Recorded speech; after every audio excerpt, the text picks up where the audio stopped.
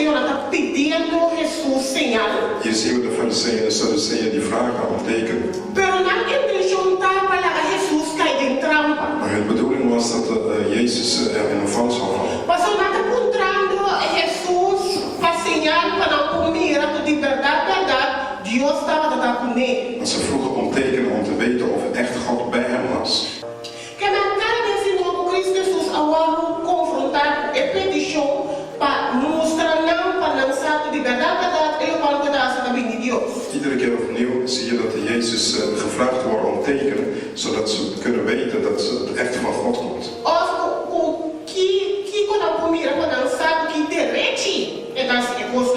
Of dat ze kunnen zien met welke recht hij doet hetgene wat hij doet. In plaats van te begrijpen wat om hen heen gebeurt, dat te begrijpen.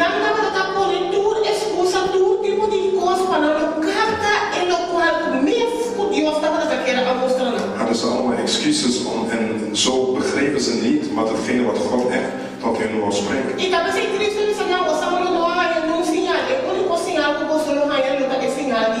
Daarom zei Jezus, jullie zullen geen tekens krijgen, alleen die van Jona.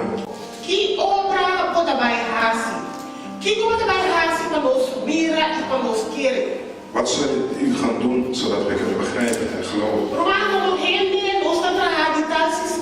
Als mensen zijn we zo gemaakt. Dat we makkelijk kunnen begrijpen wanneer wij de dingen zien. Dat is het natuurlijke mens. Maar het geestelijke menspersoon moet geloven zonder te zien. Omdat God weet hoe wij zijn. Gaf hij ons de geestelijke boek. Het geestelijke woorden.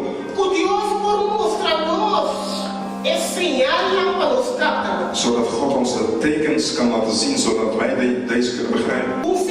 Daarom zeiden jullie zullen geen tekens krijgen.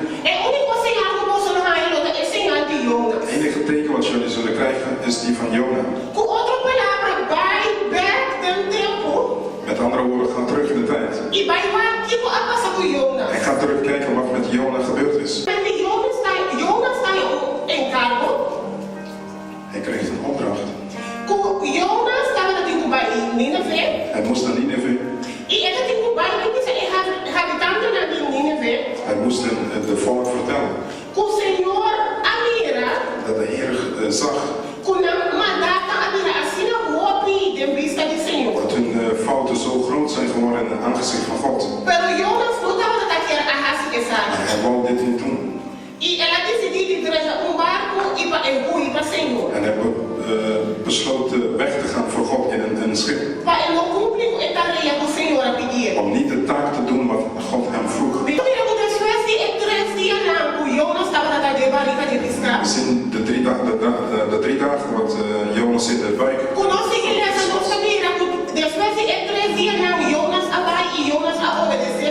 Na drie dagen ging hij en hij ging de wil van God doen. Hij ging naar Nineve en hij deed de wil van God. En daardoor konden de mensen tot bekering komen. Dat de mensen redding konden krijgen.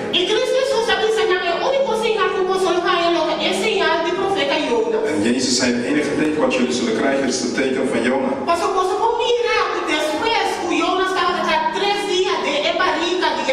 Want jullie kunnen zien na die 3 dagen in de buik van de vis te zijn.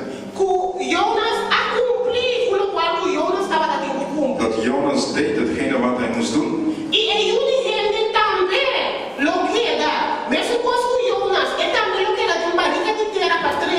En de mensenzoon zal ook 3 dagen onder de aarde zitten.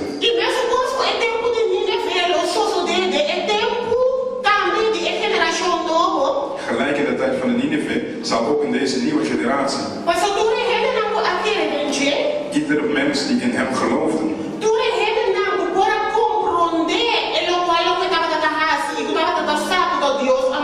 iedereen die begreep wat hij deed omdat God hem gestuurd heeft,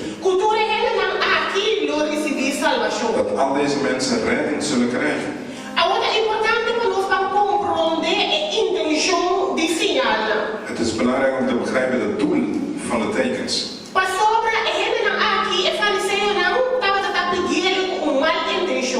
fariseeën vroegen dat met een slechte bedoeling.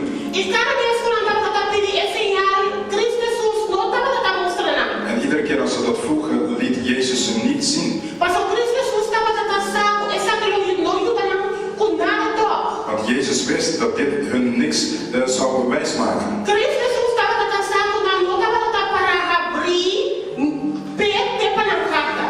Jezus wist dat ze niet open stonden voor hem, zodat zij konden begrijpen.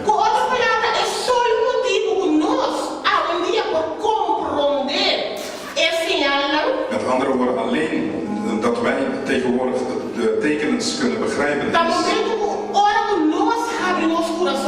is omdat wij ons hart openstellen voor God. Als wij ons hart openstellen voor God, dan zal God ons de bedoeling van die tekens laten zien.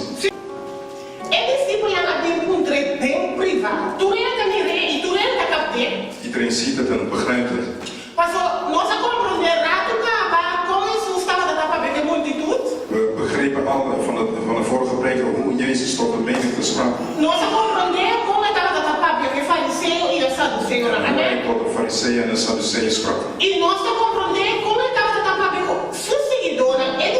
En we konden ook begrijpen hoe hij tot zijn volgelingen sprak. Met zijn leerlingen zitten bij hem in het privé.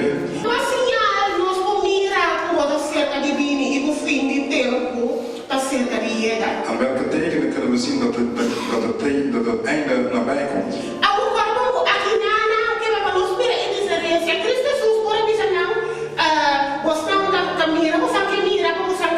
Jezus kon hen zeggen, ja, willen jullie zien om te geloven? Jullie zijn slechte en onbetrouwbare mensen die tekens vragen.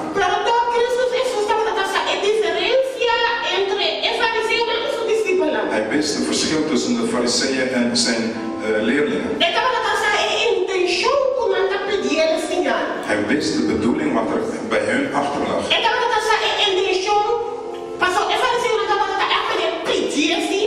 De fariseeën vroegen hem echt, smeekten hem voor de tekens.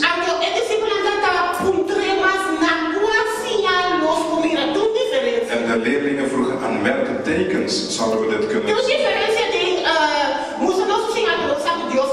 Er zit een verschil tussen, laten we ons een teken zien, zodat we kunnen zien dat God bij jou is. En aan welke tekens kunnen wij zien dat het einde nabij komt? Daar zit een verschil in.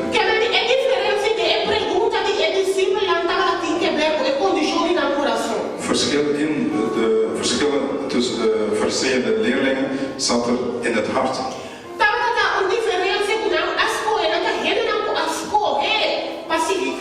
Zij volgden Jezus, zij hebben daarvoor gekozen.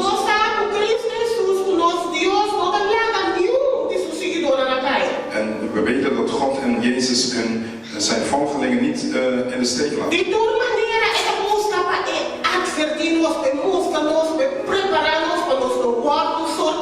Van allerlei manieren probeert hij ons te onderwijzen om ons te laten zien, zodat wij niet verrast zullen worden. De bedoeling van tekens. De bedoeling van tekens is zodat wij ons eigen kunnen voorbereiden. Zodat wij dichter bij God zullen gaan. Om te kunnen